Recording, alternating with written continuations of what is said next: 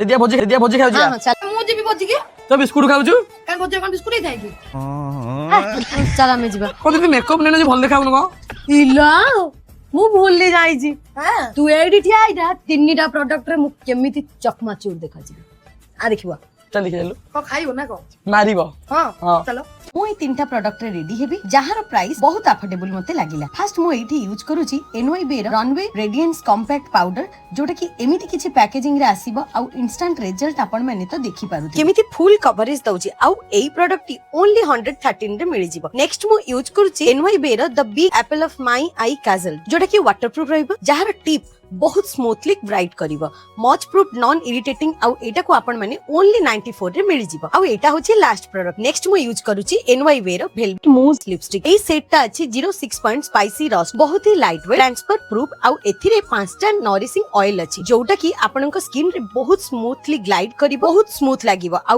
एटा आपण मानकु अंडर 200 रे मिलि जिवो। जदि आपण मानकु एमितिका प्रोडक्ट दरकार ताहले मु ऊपर टैग कर देइछि नहले purple.com रे आपण इजीली पाइ जिवे। रहउछि नमस्कार।